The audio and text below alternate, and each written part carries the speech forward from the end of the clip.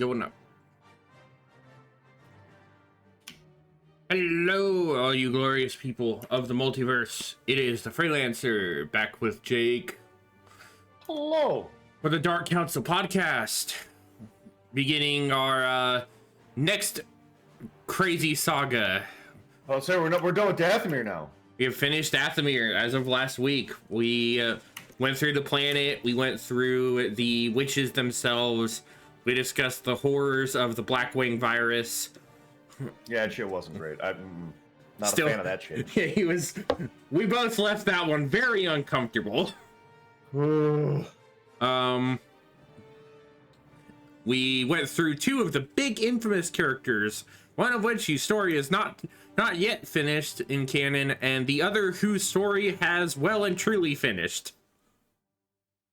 That being Asajj Ventress and Darth Maul. You can check out all of their respective episodes, as well as many more, on my YouTube, Freelancer on YouTube. So be sure to go and go and check out our usual shenanigans, of which we will begin again today with our newest saga. Jake, do you remember what our newest saga is supposed to be? I will be completely honest with you. No. No. I have memory like Swiss cheese block, dude. It's bad. Bro's out here playing fucking fucking memory balls. It's bad, dude. He loses like 90% of them, and then he gets like maybe 2 or 3 in the hole. Yup. It's so funny. I memory hole all the shit into my brains, and then my brains go, oh, okay, cool, you put it in the memory hole? Let me just put it in the shredder, too. You'll never get this shit back. See this pair? See this triangle? Goes in the square hole. Goes in the square hole. And it is unfortunately very proud of the fact that it goes in the square hole. Much to your own dismay. Yeah, as much as I hate it, it loves the square hole, dude. So yeah, we are our latest saga this time around will actually be one that leads into a topic you and me have already been blowing off about, and that being the Imperial Warlords. Oh, that's right. I remember now. Because this is our forced gateway into actually getting to talk about the infamous Grand Admiral Thrawn. Yeah, the Thrawn gateway drug. Which ultimately means Revenant the Old Republic gets shoved into that special slot. Yup. Which I guess is worth it, because that one's going to be a whole thing to cover as well. Revenant and the Old Republic are actually worth their own special segment dedicated to them. Yes. Absolutely. The Old Republic in general is badass, which, speaking of, the MMO has put out their latest content live stream showing off what's coming in the new update. They've actually started a new thing with their deco bundles in the cartel market, where they actually have interactive interactive and upgradable deco bundles. Oh. Because they did this one that was supposed to be the newest one that's coming out is actually based off Galaxy's Edge themed items. And all of it is supposed to start out as really trashy looking build. There's a cantina building that you get. There's a bunch of small decorations, but you can actually go on these quest line things and actually get them upgraded, as well as get a cantina. You get a cantina bartender for your cantina, as well as 2 unique pets. One being a baby Dianoga who floats around in a freaking awful. It floats around in this weird space bubble thing. And awful. the other is a Disco Gonk. Disco Gonk sounds dope. Disco Gonk also plays music, apparently. It'll occasionally just randomly start playing music and lights. So Okay. the Disco Gonk is definitely one worth the, if not for the experience of getting to upgrade those, getting to go through trying to upgrade all those. Like, I think that's actually a really cool idea, despite the fact that the Deco bundles are exclusive to the fucking cartel market. Yeah. Like, that's the one part that kills me. But I like the fact that they're taking the what normally are like really boring decos and doing more with them. Yes. Like that's cool to me. And I like the fact that they're actually giving you stuff to do. Because I think a lot of what they're doing right now is actually trying to focus on ways to keep player engagement up and player. They're trying to stop their players from hemorrhaging to Final Fantasy 14. Like everybody else. Yes. But it's too late because Final Fantasy 14 is the better MMO. It's like, I will die on that hill. Honestly, the biggest issue I've always had with SOTOR as of late is that it doesn't really feel like a multiplayer experience. It is a single player game that you have friends with. Yep. I just like the fact that FF14, you don't have to make a new character for every class you want to play. That too. You just be like, I have one character, I can grow attached to this character, I love this character, and they can be whatever they want to be. If I want to run Red Mage Black Knight, I can. They're allowed to follow their dreams, unlike me. That's right, I live vicariously through my Final Fantasy character. Look at them go, I'm so proud of them. Yeah, it's wild, dude. But yeah, no, we're gonna talk about Imperial Warlords today, because I figure that we were sitting around doing a bit of mentioning about stuff that talks about that era with Dathomir. Because Zinj is pretty big involved with that, and there's other warlords during like Dark Empire and later on that come up that are really integral to Dathomir's history. And I figured going over that with a like whole coverage of the warlords would be kind of interesting, because some of these have a really interesting story to them. Others are gonna be like, it was interesting to learn about them. Anyway. Oh, that was neat. Anyway. I just think they're neat.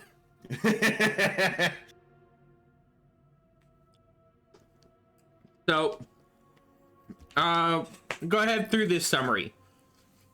Term Imperial Warlord was used to define members of the Empire who went rogue and proceeded to make their own claims to the Imperial throne, with at least one system following them and whatever radical ideas they may have had. In canon, their numbers are much easier to tally. You can literally count all of them on one hand. At least the named ones, you can count all of them on one hand. Yeah. But there are a few others that I know exist and have not been officially named. But in Legends, there are so many. Some of which I can't even like give a proper episode to, but some of them are like, they deserve their own like segmented character bit, but not as a warlord. That makes sense? Yeah.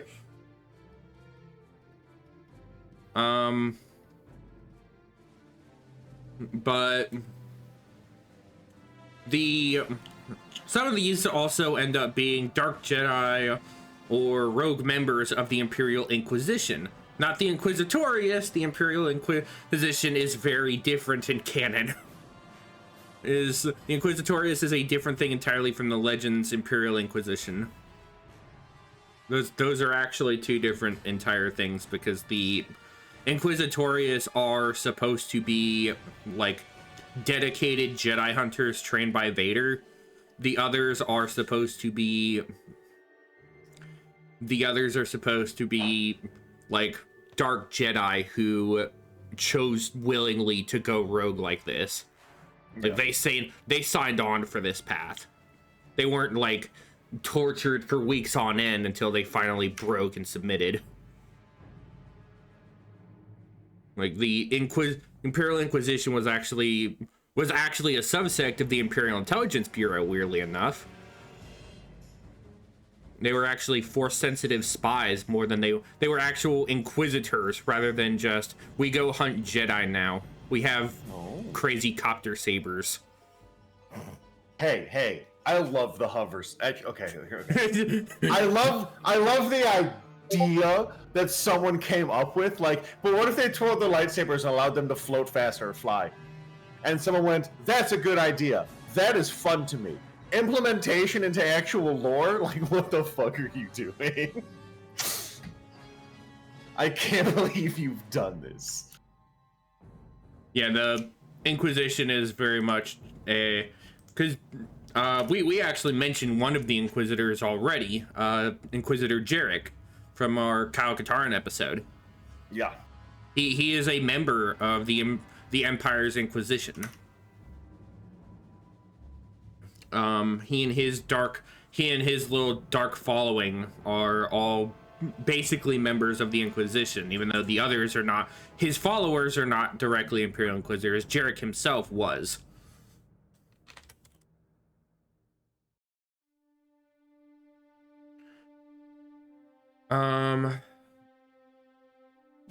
Aside from those, there are others who took on the role of Imperial Warlord were mostly glorified moffs or admirals with a goal too high to reach for.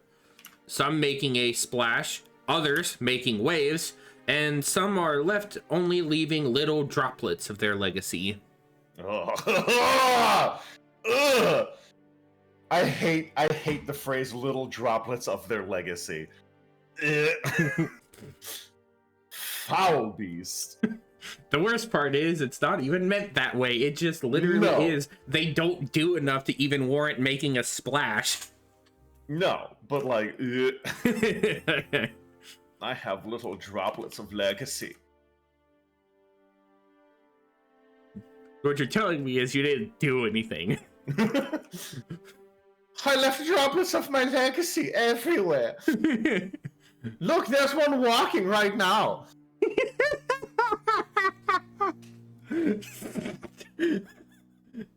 That's my new favorite way to describe that. I'm just a droplet of my father's legacy. It's so dumb. I hate it here.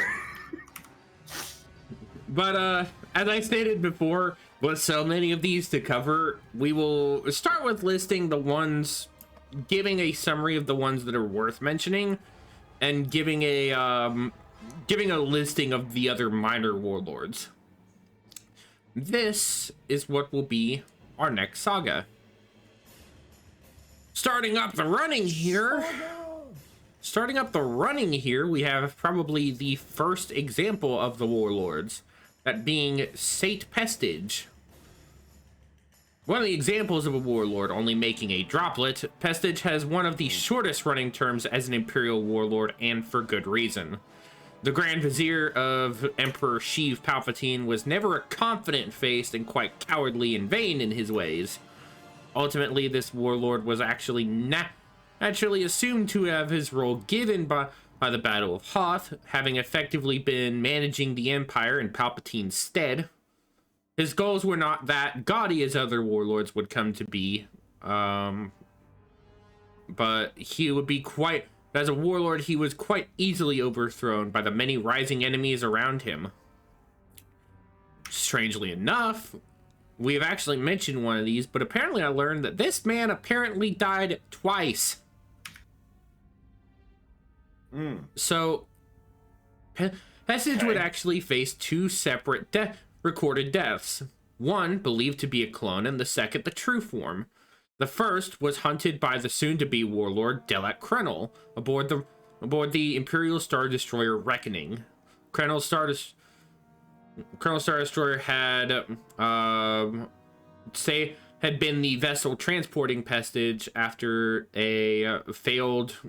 basically a rescue, air quotes, from the attempt to see Pestage defect to the New Republic with the help of the flight baron Sunterfell. Sunterfell? Yeah, yes, because we've actually mentioned this bit. We mentioned this bit when we talked about Fell. Krenel would actually be the one who kills Pestage, choking him out using his cybernetic appendage, killing him aboard the bridge of his Star Destroyer. And when we talk about Krenel, we'll go into a little more about how Pestage basically put some strange pathological mark on his head. So we're gonna get into that later, but his other recorded death was on the planet Biss before the rise of Palpatine's Dark Empire in 11 ABY, where he would ultimately meet complete death there at the hands of the Galaxy Gun, which would destroy the planet. I mean, if there's a way to go, Galaxy Gun seems pretty cool. What you get to the afterlife? What killed you? A Galaxy Gun. Oh. The next one on our list is that of Blitzer Harsk. Star Wars ass name. Blitzer Harsk was one of the Empire's top tacticians and fleet commanders. Following the Battle of Endor, however, he would retreat to the Deep Core, where he would establish himself as the Lord High Admiral under his newly christened Zero Command. Harsk was among the first official warlords following the Battle of Endor in 4 BBY, or 4 ABY. There. Why'd I have that as ABY? Ultimately, Harsk would ignore the call for unification under the Chiss Grand Admiral Thrawn, and in 9 ABY, but would join the forces of the reborn Palpatine, and would later meet his end at the Toss Beacon at the hands of Admiral Natasi Dalla. Ultimately not being killed in the initial attempt to kill most of the warlords she gathered there, Harsk actually would survive the neurotoxin gas that Dalla used to basically gas the whole room. Oh. Because she gathered GLaDOS she brought all the warlords together, trying to bring them under the guise of unification. In the midst of this, she killed pretty much every one of them except for maybe 2. Is this the crazy hot one? I don't know. I don't think you've seen a picture of Dalla yet. I'm gonna grab that. I'm gonna grab that real quick. Which one's the one we were talking about? That's after the show. We're getting to her because she's on the list. Right, she's in this list, but Dalla is let me see here. Natasi Dalla.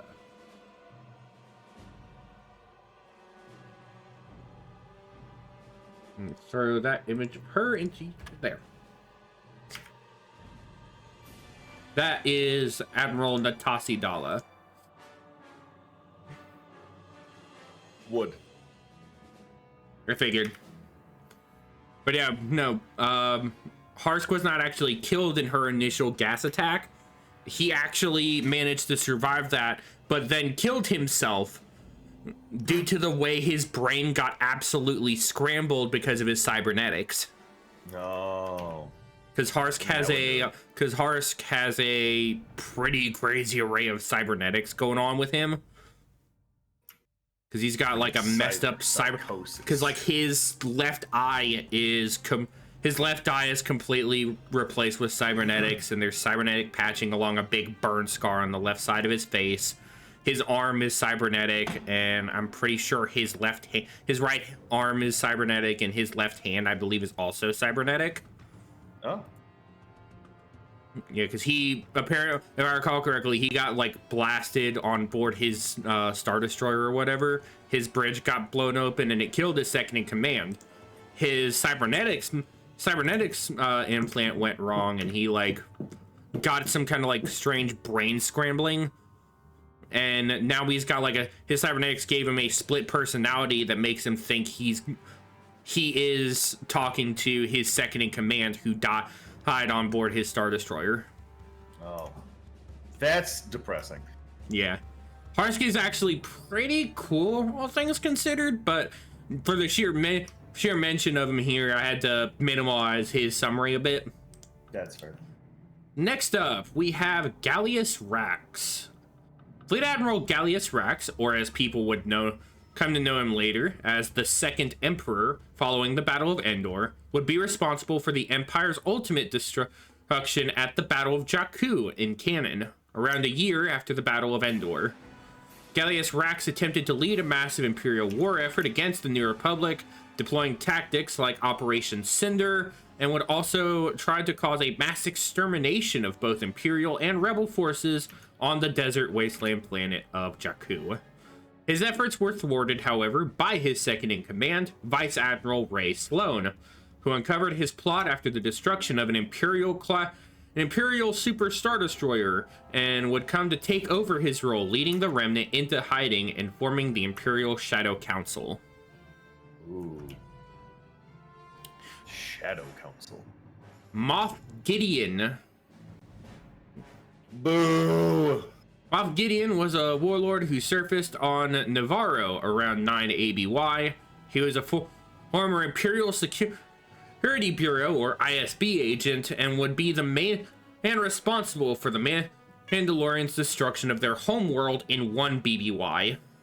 During the Night of a Thousand Tears, where he had KX droids and Viper assault probes, as well as a multitude of TIE bombers hunting and effectively glassing the planet, leaving it an ecological wasteland.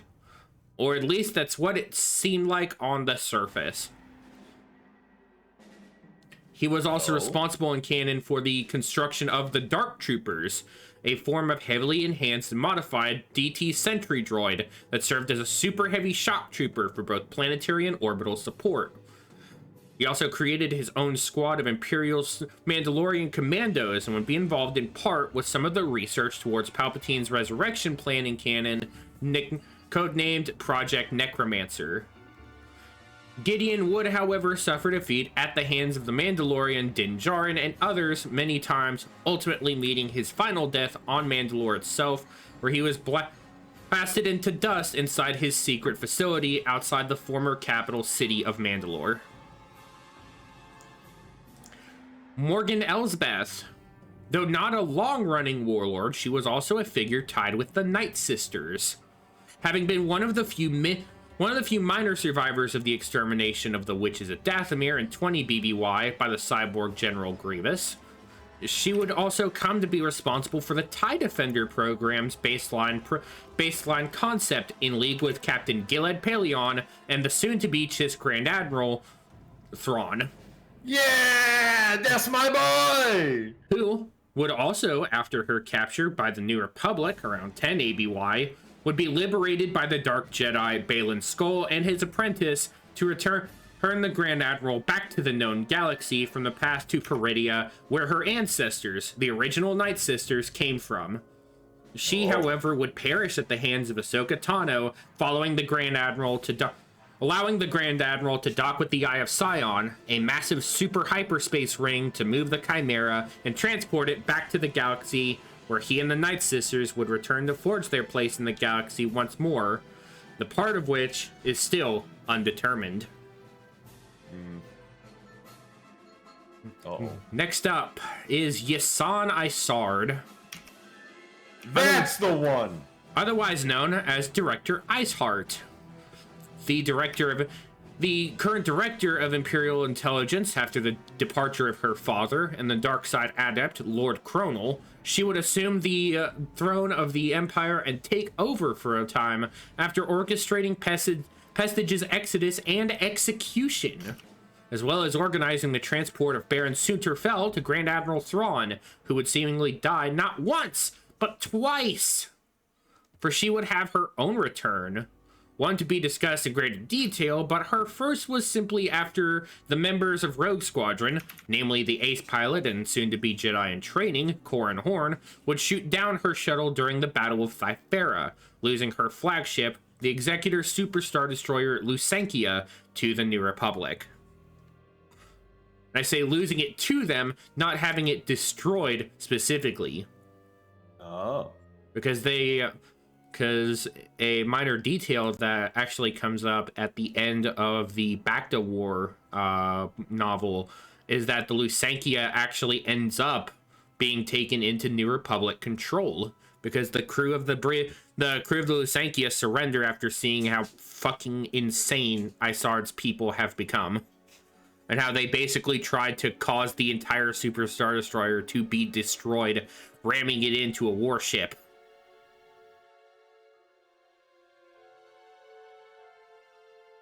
Hell yeah, dude. Like, yeah. they tried to basically go full scorched earth protocol. If we can't have it, nobody can. And then the crew went, yeah, no, we're not going down with this ship. I don't care if she's crazy. I can fix her. I can make her worse. I can make her worse. Oh, Jesus. Yeah, her story is one we'll cover great detail too. There's a lot. Hold on, didn't she appear in Andor? No. Really? No, I saw it as not in canon. Okay. I saw it as exclusively Legends. Okay, because I remember seeing like they mentioned someone like, yeah, she's like an ice queen. Yeah, I think like, they're talking about like Dedra Miro. Maybe. That's the lady they're talking about is Dedra Miro. I was like, because now you're talking about, I'm like, that sounds super familiar in Andor though. Yeah, she's absolutely insane. But our next one on the list is the Warlord Zinj, a Fondorian man born prior to the Clone Wars. His mother, Marissa Zinj, was a Chandrilan woman who became part of the Republic Outland Region Security Force and a major fleet commander in the Galactic Republic during the Clone Wars. However, during the rise of the Empire, she would refuse to join the rising Imperial regime and refused to return her Venator-class Star Destroyer, the Retaliation, to be decommissioned. She later would see her own son pursuing her, and her son having been given command of an aging Victory-class Star Destroyer named Iron Fist. Zinj would actually go on to kill his mother, and later after the Battle of Endor prior to the Battle of Endor, would be given control of the Quelly Oversector and his Executor Super Star Destroyer, as well as of which he would rename to Iron Fist. One thing I actually appreciate is that he was willing to keep the name of his first command. I appreciate that. When he got his Super Star Destroyer, he renamed it Iron Fist after receiving that for what he did on Dathomir. If you recall, he's the one who stopped Gethzerian from leading a revolt and trying to escape the planet. Oh, okay. Which is the exact act specifically that gave him the Quelly Oversector and Iron Fist, ascending him to the rank of High Admiral. Ooh, fancy. Which was a rank exclusive to those who were given command of the Crimson Command Fleet, a specialized fleet of Crimson Red Victory Star Destroyers. Those are cool. Oh, those are what's in the game. Okay. Yeah, those are a unit that you can get in Thrawn's Revenge. Yeah. Yeah, he's actually the original commander who had the rights to them. But he does lose them to a group we will discuss later. Weirdly enough, actually, because as a legitimacy reward, the faction that currently owns them, actually, when you integrate them as a warlord, you get the you actually get the Crimson Command Fleet as a construction option, so you can build the Crimson Command victories when you integrate them. Nice. I always thought those ships looked cool. Those like the red TIE fighters. Yeah. Those are the dope. Royal Guard TIE interceptors. Yeah. God, those are cool. On top of being ascended to the rank of High Admiral, he would also be given the status of Grand Moff of the Quelly Oversector. He ultimately would refuse to resume rule under the Empire, instead claiming his own territory following the Battle of following the Battle of Endor and claiming his capital over Dathomir, a space station used to observe and monitor the Ninth Sister planet named Rancor Base. Oh. Ultimately, however, Zinj would perish over his capital world aboard his flagship, the Iron Fist, at the hands of both the New Republic and the Hapes Consortium in 8 ABY, losing rulership of his empire and the Crimson Command Fleet. Shame. Next one on our list is Grand Moff Artus Kane. Artus Kane, a Grand Moff who would rule an Imperial splinter group called the Pentastar Alignment with the help of the Dark Jedi and Inquisitor Jarek, as well as the local leaders of the Velkar Free Commerce Zone. He would rule from the planet Bastion and aboard his flagship, the Executor-class Super Star Destroyer, the Reaper. Ultimately, keeping to himself, Kane would join the Dark Empire as a subsidiary force, supplying Palpatine's reborn empire well after Operation Shadowhand. Later, though, Kane would be lured out and killed at the hands of one of his former Grand Admirals and rival of Thrawn, Octavian Grant. Following Grant's defection to the New Republic in 10 ABY, Kane would perish over the planet Polani. The Teradok brothers.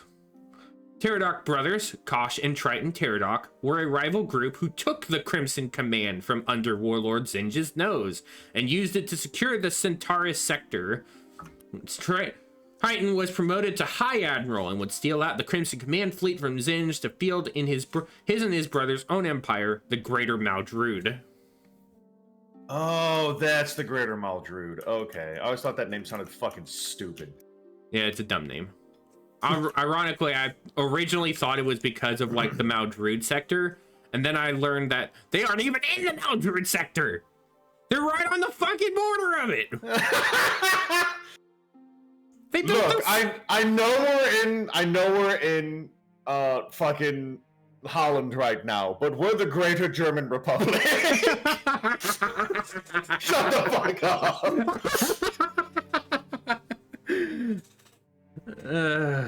The brothers Teradok are much to cover in their own way individually, but their rule would come to an end when Dala, along with the many other warlords, were killed at the Tossbeacon massacre.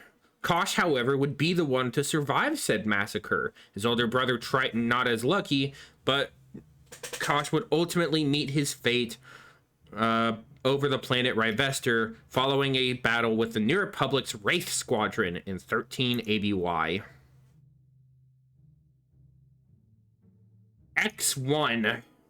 A strange part of this list is that of the former clone trooper turned Dark Jedi, X1. Originally a clone trooper not made from the original Jango Fett genome, but that of the template of the Jedi Knight Fallon Gray. Oh, Jedi clones. He and his brother, X2, were the only instances of this clone genome being used. Following Order 66, where X1 and his brother were forced to kill their Jedi General Feroda, a Pantoran Jedi Master who was killed during Order 66 at the Battle of Cato Nemoidia, the brothers would each follow different paths, where X1 would follow the Empire blindly, even learning of his Force powers and training them to become a Sith Lord later on. His brother was different. Their story wasn't actually worth covering for greater detail, but ultimately X1, following the Battle of Endor, would disappear with his own Executor-class Super Star Destroyer and hide out on Mustafar, where he would meet his fate on the planet's surface, following a final clash with his brother, who had become a full-fledged Jedi. Man, you guys played yourselves. Also, if you haven't caught on yet, another weird token of being a warlord is that you have to have either a form of special weapon or ship, or you have to have a Super Star Destroyer. That's fair. Unless you're Thrawn, in which case you're just built different. You have to be able to use what you have to be an actual threat. In this case, it's a Super Star Destroyer. Yeah, because it does all the heavy lifting. Unlike Thrawn, who's like, I've just got regular Star Destroyers, but I got regular Star Destroyers, but I also have the Katana fleet. Yeah. Thrawn's out here like, I got that dog in me. You don't know. I got that katana fleet. I got that katana fleet in me, dude. You don't know. Our next one up is Sender Del Vardis, the warlord who did not quite know when to quit and cut corners, much like the man whose family he married into, that being that of the Tarkin family. The Tarkins? Yeah, Sender I Del know that Vardis. name. Sender Del Vardis was originally part of Grand Moff Ardis Kane's Oversector Outer Forces before the fall of Endor. He, with the help of the Tarkin family, would go on to form the Ariadu Authority, asserting the title Superior General upon himself, claiming part of the Rima trade route and Hydian Way, until finally being forced to retreat to the Deep Core, where he would reemerge in his own Super Star Destroyer, Nighthammer. A actually slightly different tinted Executor class, which would be ultimately which he would ultimately lose control of, along with his life, following the Tassidalas Toss Beacon massacre in 12 ABY. Mom said it's my turn with the Super Star Destroyer. I get to be Grand Moff now. I am the Emperor now. Look at me. I am the Emperor now. This is what this whole era is about. Look at me. I am the Emperor now. Delet Krenel, a short-lived admiral and warlord. Delet Krenel, responsible for not only Sate Pestige's death, but the death of the entire Pestige family. This man hunted down all 149 members of Pestige's family across the galaxy and killed them. Crazy. Krenel would disobey his orders. Psycho behavior. Krenel would go on to disobey his orders to serve Thrawn in the unknown regions at Palpatine's request, and after this, Thrawn would have Krenel's arm removed, and he would later replace it with a cybernetic prosthetic as a form of punishment for disobeying his orders.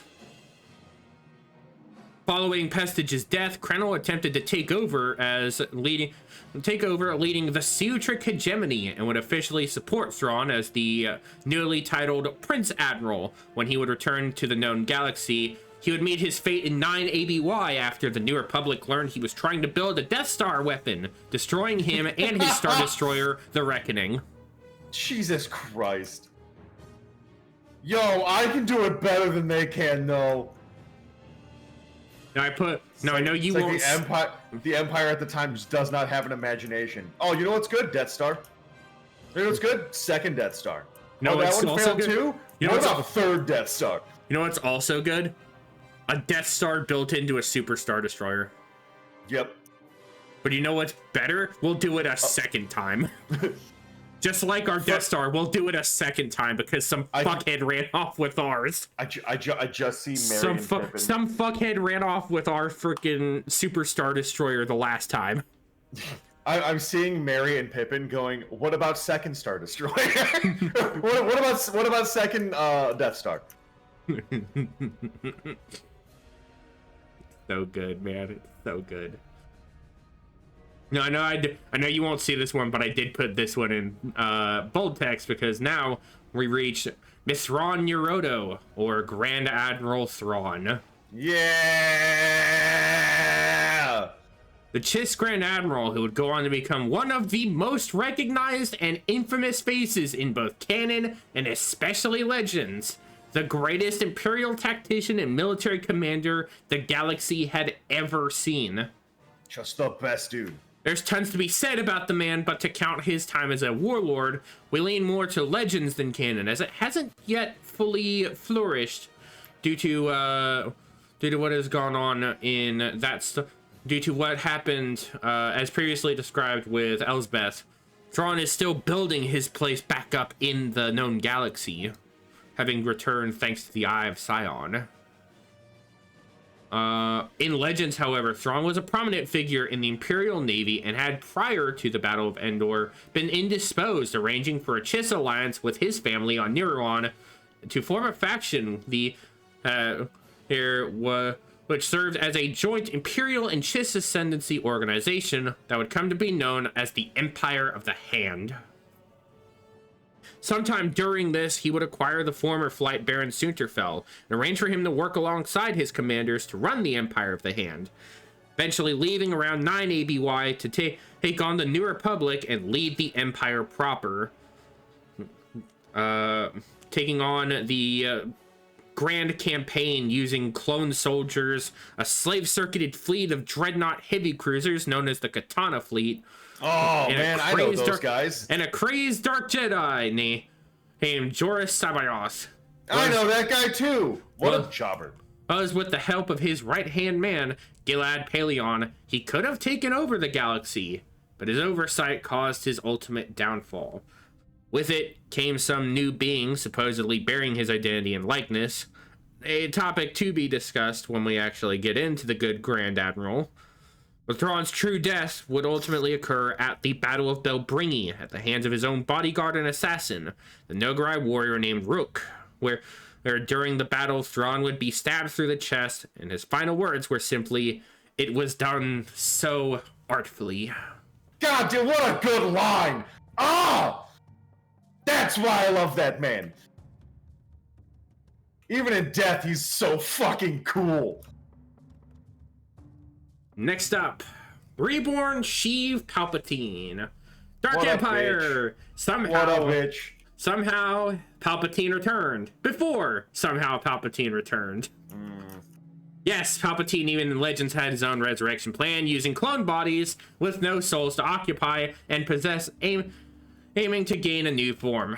Palpatine unleashed a horde of Dark Jedi, force using stormtroopers, and even his most devastating weapons of mass destruction. The World Devastators, the Eclipse II Super Star Destroyer, the Sovereign Class Star Destroyer, the Galaxy Gun, and so much more. Ugh. I can't believe he's done this again. What is Palpatine's huge hard on for fucking super weapons? He is comically evil space wizard. That okay, yeah. So you're telling me he's the kind of guy who would tie Luke Skywalker to the railroad tracks and laugh? No, he's the kind of guy who would try to tie Han, Chewie, and Leia to the tracks and then make Luke watch. That's not comic book evil. That's expecting him to do nothing and then getting shit pushed in. So he's the double. He's the 007 villain. What, do you expect me to talk? No, Mr. Bond. I expect you to die, and then just fucking leaves. Yeah. That's yeah. I can't believe he's like this.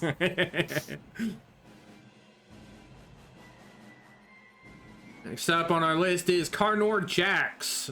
A former member of Palpatine's elite Shadow Guard, Carnor Jax was a force-using royal guard who, after the end of Operation Shadowhand, would rule in Palpatine's stead in what went from the Dark Empire to become the Crimson Empire. The Dark Lord was much like his master, defeated around 12 ABY, and would not return in any form. Carnor Jax is a sort of mystery for the most part, so I'll leave his details a little quieter on who he really is. Because he is one that even I don't openly know about that much. Know next to nothing actually about Carnor Jax, believe it or not. No. So, cool name. He has a really cool appearance here. Let me see if I can actually find a ref of him. Carnor Jax.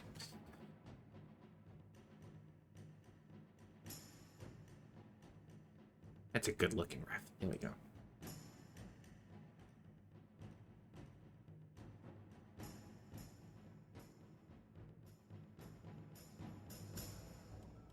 Yo, he looks dope. Yeah. Oh, now I can't unsee that part. Dude. What? Yo, he's packing, dude. He's packing some heat, dude. Why would you put the fucking pole saber just perfectly in line where it draws my fucking eye? Oh! Fuck you! Because I saw the mask, it's cool, the mask, he's got that cool pole saber. Oh. Fuck! You're welcome. God damn it. I can't believe you've done this to me. Following old Karnor Jax, the next we get to is Natasi Dala herself. One of the last big name faces in the Empire, as she was one of the few highest ranking female figures in the Empire. This ultimately being due to Tarkin's grooming of her career and her proof of skill and command, having actually served to defend a pirate attack against the original Death Star project. Nice. She would serve, if I recall correctly, she actually served as the commander aboard Tarkin's Star Destroyer for a time. Which she later, I believe, gets full command of following his death. Because there's actually, in the Awakening of the Rebellion mod, I think you actually get to play out her mission. You actually get to play out her defense of, I think it's either the Death Star or it's the Death Star 2, where she defends at the Maw cluster, somewhere around there. And there's a group of mercenaries and pirates that come in to attack the Maw cluster, and she leads the front line. She leads a near, like, impossibly outgunned front line and succeeds. Hell yeah. There's something about holdouts that are just the coolest fucking things. Yeah. She would go on to lead the big massacre event at the Toss Beacon, killing several other warlords following her claim to unite the Empire again. However, even with her command, she would ultimately lose control, and the Empire would fall to pieces under her command, losing many secret super weapons like the Sun Crusher and a prototype frame of the Death Star super laser. I don't know why the Sun Crusher got me, but it definitely did. Hello, this is our new weapon. Oh, cool. Well, we'll use it to unite the Empire, right? Yes. Well, what's the weapon called? The Sun Crusher. You know, that doesn't instill, like, any kind of, like, goodwill towards the general public of the galaxy. What are you talking about? We're going to reunite and raise up all the people of the galaxy using our newest invention, the Sun Crusher. Might as well call it the Hope Drainer. What, you don't want to work for people who have something called the Baby Mutilator? Mm-hmm. Even funnier, because in the same instance she lost the Sun Crusher, it would also go on to destroy a prototype frame of the Death Star super laser. Literally, it's the fucking comic Are We the Baddies? Every fucking time. Shockingly enough as well, Dala would not only go on to serve a term of ruling the Imperial Remnant, she also would actually live well after the Vong War and attempt to rule the New Republic's renamed Galactic Alliance as a Supreme Chancellor for a time during the Abeloth Crisis. Ah, so she tried to pull a Palpatine. Yeah, she did. It's even funnier because she actually did that. It's like she was undermining the Jedi at every turn. God damn it. I'm playing both sides, so I always come out on top. The worst part is, she wasn't even working with the Council of Grand Moss, if I recall. God damn it. She straight up was just trying to do her own thing. I'm a solo act. Nah, I'm gonna do my own thing. This galaxy is just for me. We'll go in there and be like, nah, I'm gonna do my own thing. Nah, that's for me, though. Next up is Rey Sloane, a female Imperial officer in canon who served as a captain of the ISD Ultimatum. She would later command the Imperial Star Destroyer Vigilance following the Battle of Endor, and become Grand Admiral following Gallius Rax's surprise ascension to the throne. Sloane would ultimately work with the former rebel Brenton Lower Wexley to kill Rax and allow the New Republic and the Empire a break from the conflict. But only a break, as she and the Imperial General, Brendol Hux, along with his son Armitage, would depart for the unknown regions, following the Battle of Jakku and vanish from known records, only appearing once more during the Starhawk Project attacks, leading the members of Titan Squadron against the New Republic's forces. An infamous figure worth covering to some degree, but not one to be covered yet. I hate the fact that the movies have ruined the name Hux. Because he's a captain, general, something like that. but he's a fucking jobber the entire way through. Yeah. He's like comic relief, but he's a general. Like, fuck, god damn it. Speaking of the sequels, the First Order and Final Order actually pretty much serve as a basically supplement of the Imperial Remnant. Though two distinctly different groups, both were simply puppets of the still recovering and somehow returned Palpatine. Organized by Brendol Hux and Ray Sloan, Hux would be the prominent leader of the Force alongside the secret Supreme Leader Snoke, who was in fact a failed clone of Palpatine's Sith Master, Darth Plagueis. He served as one of the... That was Plagueis? He was a failed clone of Plagueis. No, they could not actually recreate him successfully. His genetic DNA got corrupted, and thus they ended up with Snoke instead of Plagueis. However, he simply was just another one of the voices pushing the young Ben Solo, now Kylo Ren, into becoming his successor, or rather, returning his successor to him. This radical group of former Imperials would build its own base in secret and with its own superweapon attached. Yep. Without much regard from the now ignorant New Republic. There are too many forces to cover with who one warlord was, but this is effectively what the last of the major Imperial Warlords consisted of for most of canon.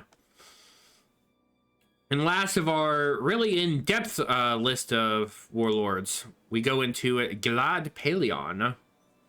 Yeah, Pellaeon. Though not the last warlord, he is the last worth mentioning as a big-named warlord. Pellaeon was a veteran commander of the Clone Wars and would eventually go on not only to serve in Vader's Death Squadron, the Battle of Endor, but also aiding Grand Admiral Thrawn upon his return to the known galaxy, the reborn Palpatine when the Dark Empire came about, even serving a brief stint under the Pterodok brothers for a time. Why does it sound like a fucking, like, boy band? Like an a cappella band? Hmm. What are the Pterodok brothers? No. Pellaeon would eventually, following Dala's ultimate failure over the planet Yavin, where she quite literally lost her Super Star Destroyer because Luke and a bunch of Jedi decided, yeah, we're just gonna pull this thing down. We're going to non-canonically Force Unleashed this thing down. Yeah, they basically sabotaged the Night Hammer, which was the flagship Dala was using after she killed Delvardis. Oh, I thought they actually like pulled it from the sky. Well, they did, because they used the Force to basically rip apart the shields of the ship and had a strike team enter the ship so they could sabotage it, leaving it basically floating above the planet. Oh. Fair. Ultimately causing Dala's final failure in ruling her empire. Because this was also after Kip Duron, who would go on to steal the Sun Crusher and destroy not only the planet, I believe he also destroys the planet Kessel with it. Not Kessel, no! I think he destroys Kessel with it. How are you ever going to capture Kessel now if it's destroyed? We don't let Kip Duron live. He's gotta go. But Pellaeon would be the last true single ruler, I should say, of the Empire,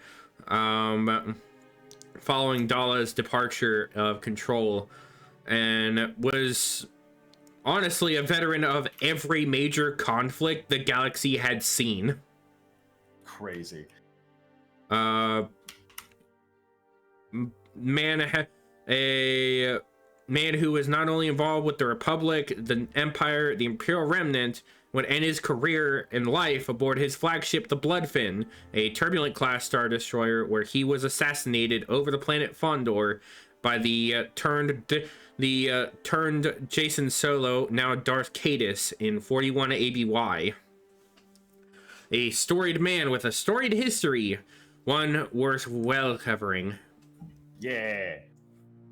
Though there are other warlords, none of them really stack up in comparison to the ones mentioned here, but as an honorable mentions of sorts, we shall be listing them off with the possibility of covering them individually or mentions in parts of their respective factions or in galactic history.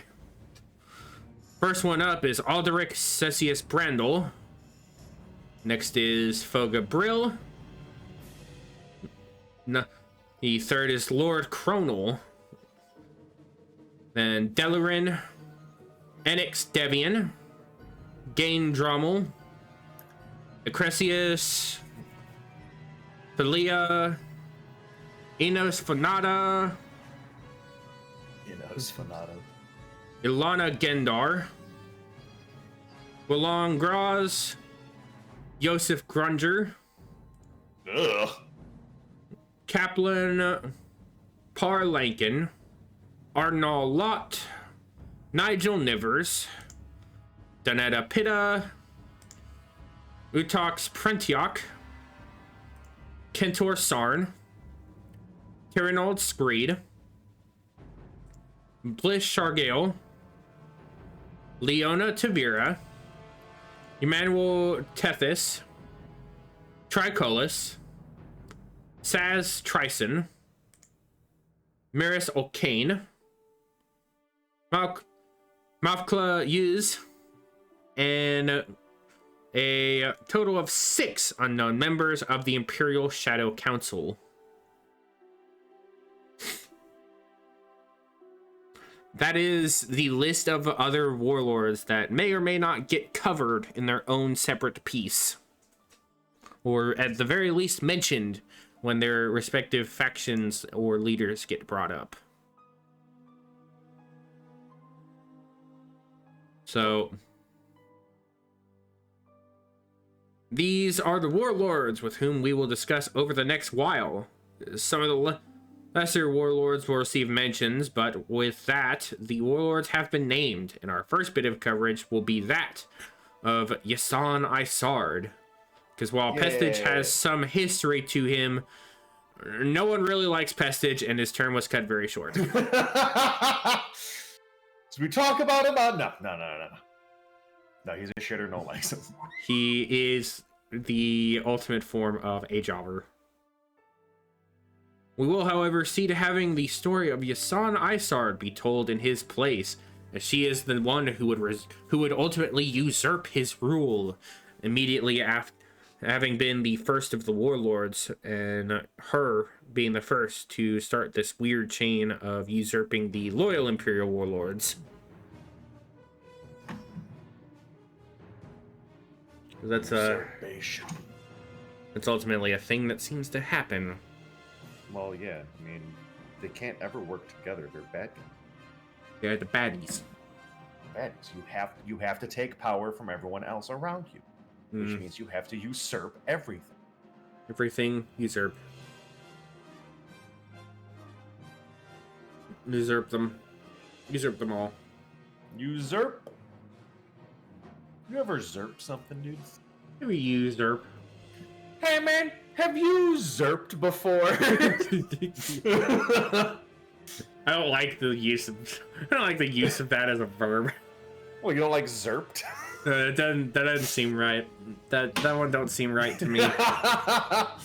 That's just because you've never zerped before.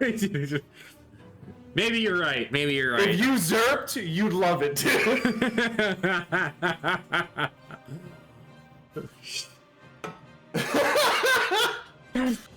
Fucking damn it.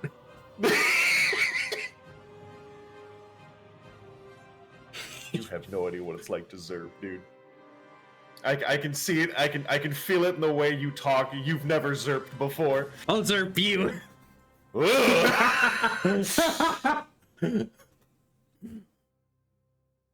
Now I don't like it. That's not fun anymore, is it? That made me feel gross. I'll let you zerp me, dude.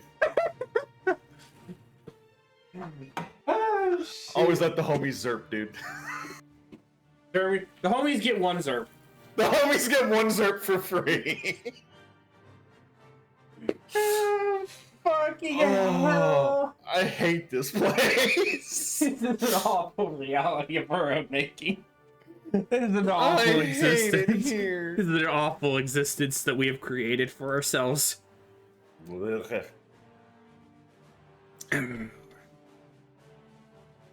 So, of the ones just off their summaries, and not counting Thrawn, which one are you actually... Which one of our upcoming warlords are you most excited for? And I'll go ahead and say that Moff Gideon, Gallius Rax, Ray Sloan, and the first are pretty much exempt off this list. That's fine. Isard, dude. Still on the pocket for Isard, huh? Yeah, dude.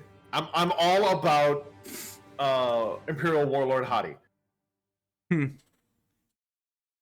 Yeah, she's crazy. She's got the crazy eyes. Apparently, that's what I'm into. Who'd have thought? Weirdly enough, that's actually something a lot of people were into. Weirdly enough. Well, yeah. Have you seen her? Yeah, that's actually a thing mentioned in some of the stuff I already started looking over individually about her, was that her heterochromia, which actually has a name, by the way, for the type of heterochromia she has, called heterochromia iridium. Iridium. Okay. Because she has a single blue eye. She has a single blue eye and a single red eye. Hell yeah. So I guess there's actually a term for like different kinds of heterochromia or something. You know what she's got? Fuck me eyes, dude. Well, like I said, she's crazy. I mean, she is certainly crazy. I can make her worse. I know you could. I can make her worse. She made herself worse. She could make me worse, and I wouldn't even be mad about it. Weirdly enough, that actually make you better in her eyes. You end up being win-win, man. If you end up being as crazy and devoted to her as she is to herself, then you basically get a free pocket in with her. Dude, what can I say? I'm gonna simp. I'm a simp hard. She values my simping. She values crazy. Because if you aren't fucking insane, you aren't worth being under her command. Because you will just fumble under the weight of your own morals. And I ain't nothing. I ain't a fumbler. What am I saying, dude? I fumble all the fucking time. I can't imagine me not fumbling ever. That ain't me. It ain't me, man. It ain't me. I want it to be me, man. Want it to be. That's why I lived through my Final Fantasy character. You're my Final Fantasy character? Never fucking misses, dude. Me? Real life? Oh, I'm a jobber. Jobber for real. Jobber working a job. Dude, I couldn't job harder, man. I'm King Jobber. Look for a like picture in the dictionary to describe it. Jobber. It is Jake's face. Yep. I'm right there, dude. It's crazy. Right there. You can look at me and be like, yo, you know what? Fair. That is jobber behavior. Yep. He looks like a jobber. You could see me on the street and be like, that dude there sucks. He's a fucking jobber. That dude? Ah, he's not good. That dude, he's gonna go out in the most jobber way possible. He's got butterfingers. He would drop the fucking MacGuffin, and then the evil boss would be like, yo, you gotta go, and just murder him on the spot. That dude's a henchman, for sure. That dude's a goon. And I wouldn't even be able to deny it. I always work for the boss. I got orc blood in me, dude. He goes to the one who's the most brutal and cunning. Yeah. Is it the biggest guy? Hey, boss. Yeah, we learned that the biggest orc is not always the baddest. However, they are the one in charge. They are the one in charge. Nobody else. It is just them. Just them. Are you big? Yep. All right, you're the boss. But I'm dumb. Doesn't matter. We'll also be dumb for your sake. Ain't nothing but a thing. Just make sure you count your teeth when you collect them. Yeah. I can't count higher. I can only count to 4. I can only count to 4. I can only count to 4. Oh, it's bad. It's bad here. It's so bad here. I want to hear a fucking like AI cover. I want to hear like an AI orc cover of that fucking meme. Oh my god, I'm sure it exists. I'd have to know if it exists or not. We'll have to look for that later. Oh my god. Hey! We could make an AI cover of it. I'm almost certain we could. All you have to. Dog. We have the technology. It's we do actively have the technology. We actively have it. Yeah. It exists. We could make shitty AI covers all we want. All the shitty AI covers. Never make a good one though. Only the shitty ones. Only the shitty ones. Because if you're making an AI cover, it is better when it's trashy. Of course. I actually remember going on a huge like binge through. Me, Cool and Beans, we were all going through a like late night binge through. Just after gaming, we were fucking around, and we were watching videos at first, and then all of a sudden we started divulging down the rabbit hole of Star Wars Battle Droid AI covers. Yeah! And it led us down so many rabbit holes that we even found like we found so many dumb song covers, dude. It's so they were range of horrendously beautiful to get that shit out of my face. They've taken another command point. We've lost another command point. We've taken a command point.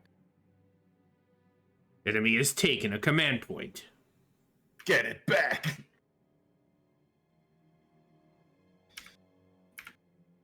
See, that's one thing I actually really... That's one part I loved about freaking Battlefront 2 doing the Conquest mode, was just hearing that voiceover.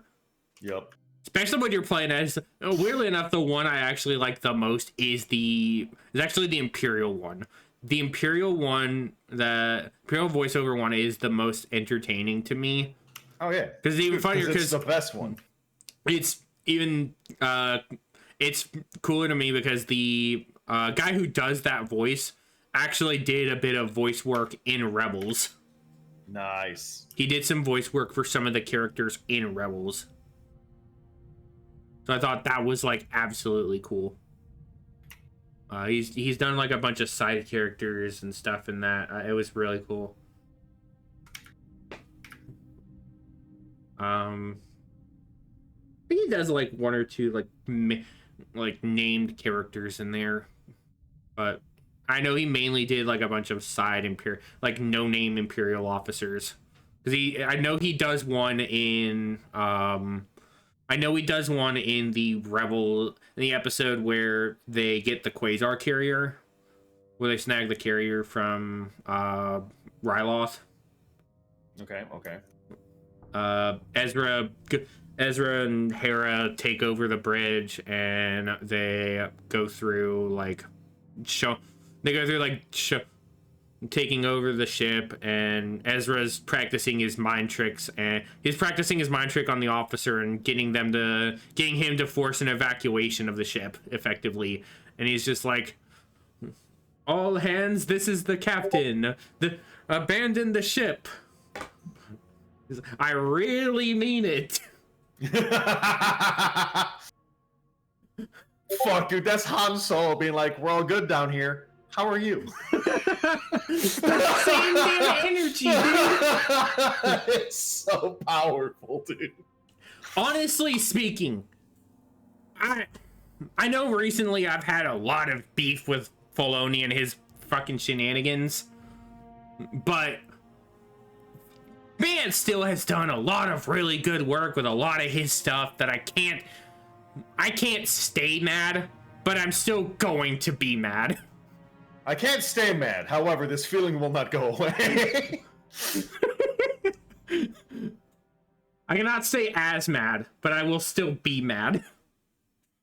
Because there's a lot I really like that he did. Like, and this is actually going to be another weird one. As much as I love the action sequences and the clones in the Gendy movies and the actual like live action stuff, I still stand by the fact that the Clone Wars series Clone Troopers are the best portrayal of Clone Troopers in any medium. Wait, which ones? The ones from the Clone Wars series. That is the best portrayal of the Clone Troopers in any medium. Because they Clone Wars? The animated series.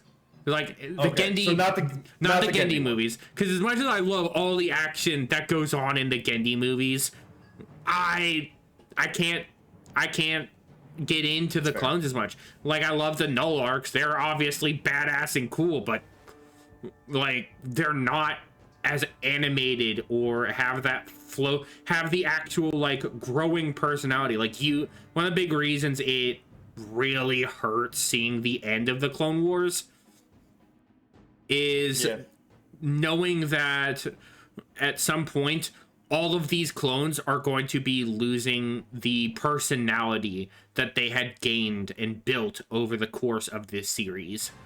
Like, all that attachment and personality was going to just be stripped away with a single instant.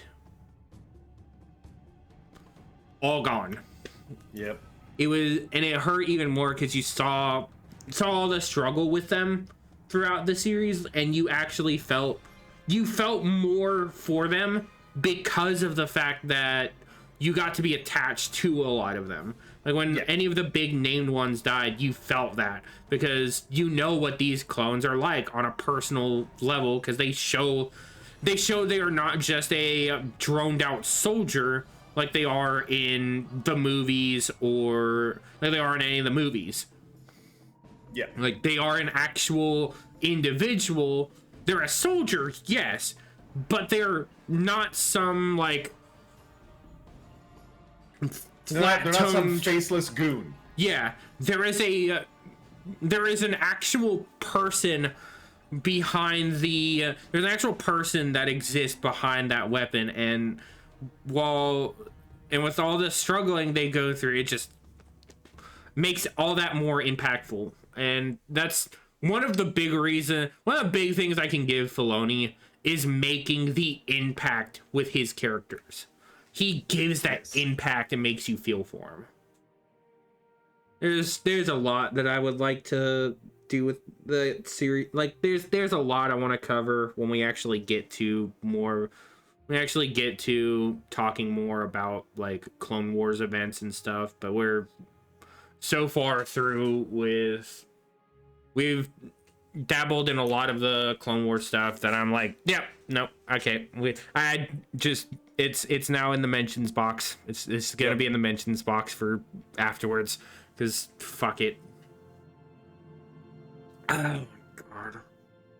Well, this one was at least a shorter. It was a shorter list because we were just going through the individual. We were just going through the individual warlords and listing them off. I think these are actually for the most part, these end up being a much shorter episode span than what we normally do. Because like the full length ones end up being like at close to like 2 hours usually is what our average is for these. Yes. So it's 2 hours is normal. It's nice that we got a bit of a shorter one with this with the listing of the warlords. Because I think the only other short episode we ended up having was like oh god, what was our only other short one? We had another one, and I want to say it was when we talked about the Star Destroyers. No, I don't think it was the Star. Oh no. I think the Star Destroyers was one of them, but I don't think it was the shortest one we've had so far. Yeah. Let me scroll back through real quick. I want to say it was a character one. It may have been a character one. No, I know which one it was. I remember which one it was. It was the Zerka episode. Oh, right. was the fucking Circa episode with our shortest one. Dog, I forgot we did a Circa episode. Yeah. No! That was one of our earliest ones. That was like one of our first like 5. I forgot all about Circa, dude. Because we did, if I recall correctly, I think we did Circa because I had to fill in the slot before we did. We did Circa after Fell because we finished Fell and then we did Circa after that. Because our first like 4 episodes, it's the Republic Commandos. Mm-hmm. We did the Republic Commandos. We did the Star Destroyer and all the ships that fall under that classification. We did the Imperial Starfighter Corps and the TIE variant, the various list of TIEs.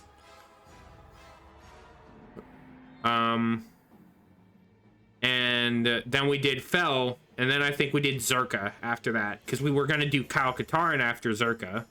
Yep. We were going to do Kyle Katarn after Zerka, and then we did Hondo before... We did Hondo before that, because I still had to work on some of the note gathering for the massive amount of shit that I was uncovering about Kyle. Yes. Kyle has a lot. So I used the episode about Hondo as a sort of fill gap. But I guess it worked out because what better way to throw Hondo into the mix than as what effectively accounts as a filler episode? Yeah. Because Hondo exists to... Hondo's best roles are when he jumps in spontaneously to fill the void. Hondo. Love that character, man. That's my boy Hondo. That's my boy. That's my boy. Yeah, we are probably going to be a very interesting episode list this far. I think the way I want to do these episodes a bit mixed in their order. Because like Delic Krenel, I think, is one I can probably just brush over for the most part. I don't think he really has a lot to him. Yeah. For the most part, I think the same can be said for Kane, the Pterodox. Well, the Pterodox actually do have some...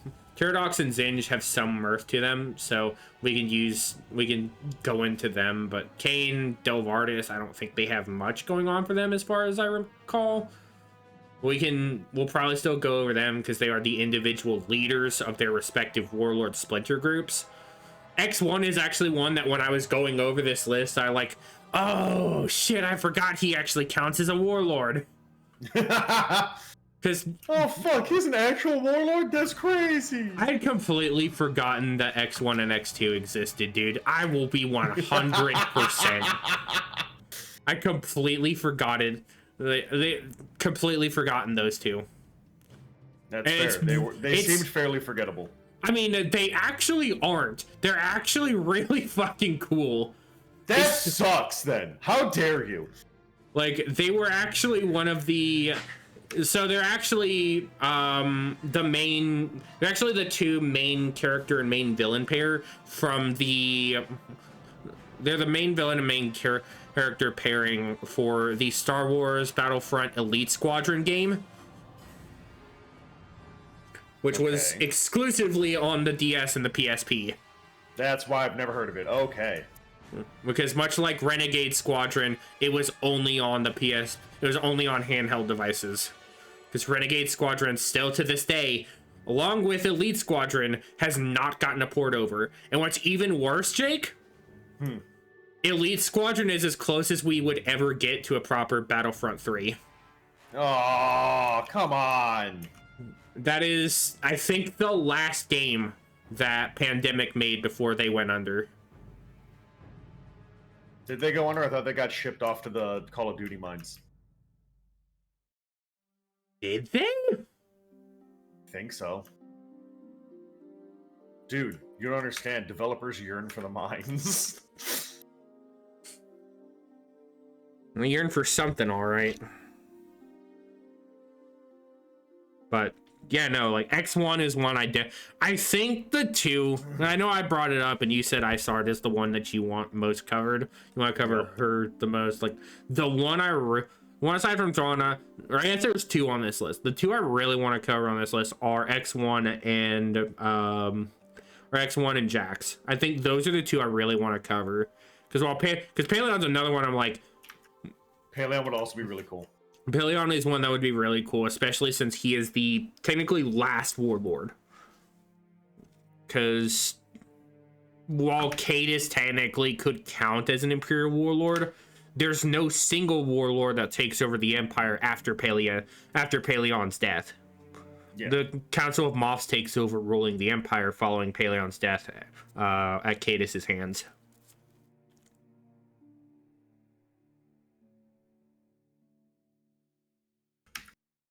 So it's one of those that I'm like, I would really like to see them do more with this, but it's like I want to see Paleon. I want to see Paleon covered more, especially in canon. I want to see him have some bigger role in canon. Would be cool. Because so far there's 3 instances of his mentioning in the entirety of canon. One of them is in the Thrawn book. Another one is in another one is at the end of Rebels. And the last one is it's even funnier because Paleon is only mentioned at the end of towards the end of the last Thrawn book. Because he shows up to help Thrawn with sort of infighting scene with another Imperial Admiral. And then he shows up in live action in the 3rd season of Mandalorian. You actually get to see Paleon in live action because he's part of the Shadow Council.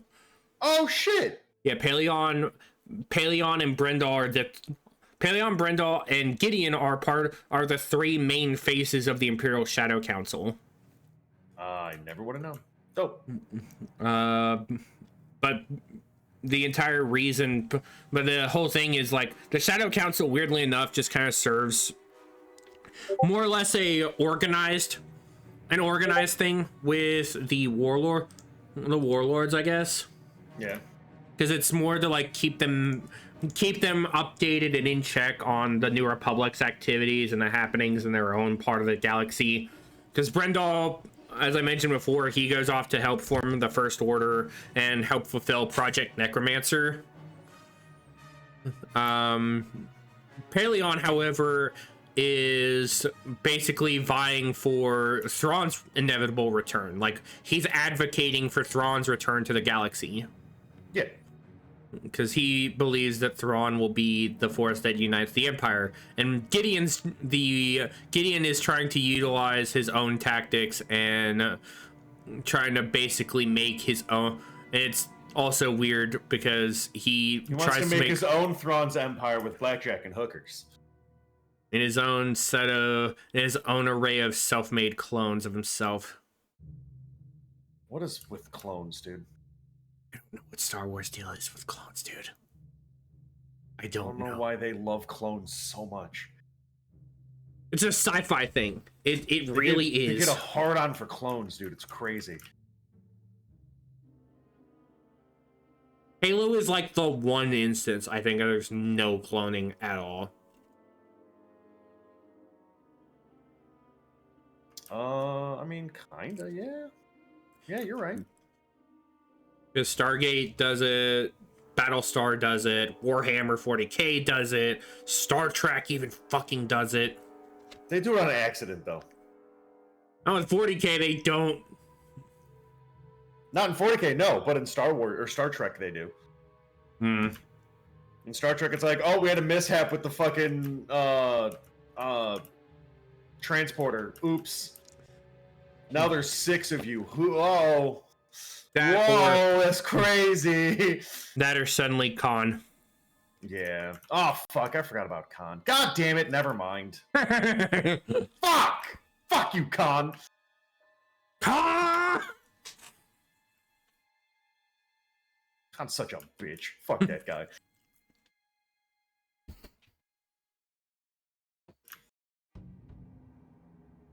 But yeah, no, that's I think that wraps up our little piece here today. So Nice.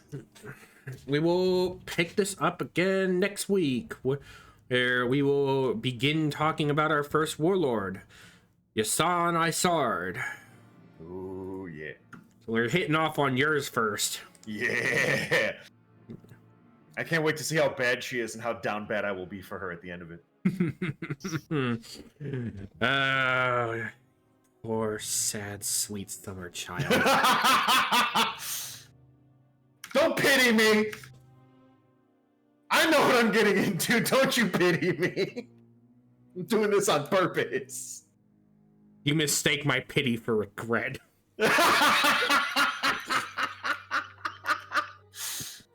Oh, that went hard. I'm not gonna lie.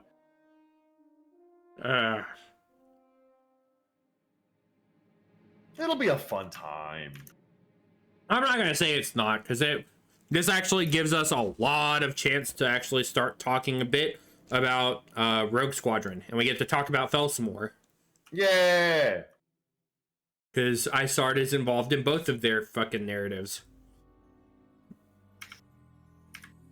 Because we've already established that she's deeply tied with Rogue Squadron's narrative, and she has had multiple interactions with Fel, even trying to get, quite literally, get down and do the nasty with him. Ooh. And Fel's like, yeah, no, I know where this story leads. Nope. No, I know what happens when you get in when you get in bed with Isard.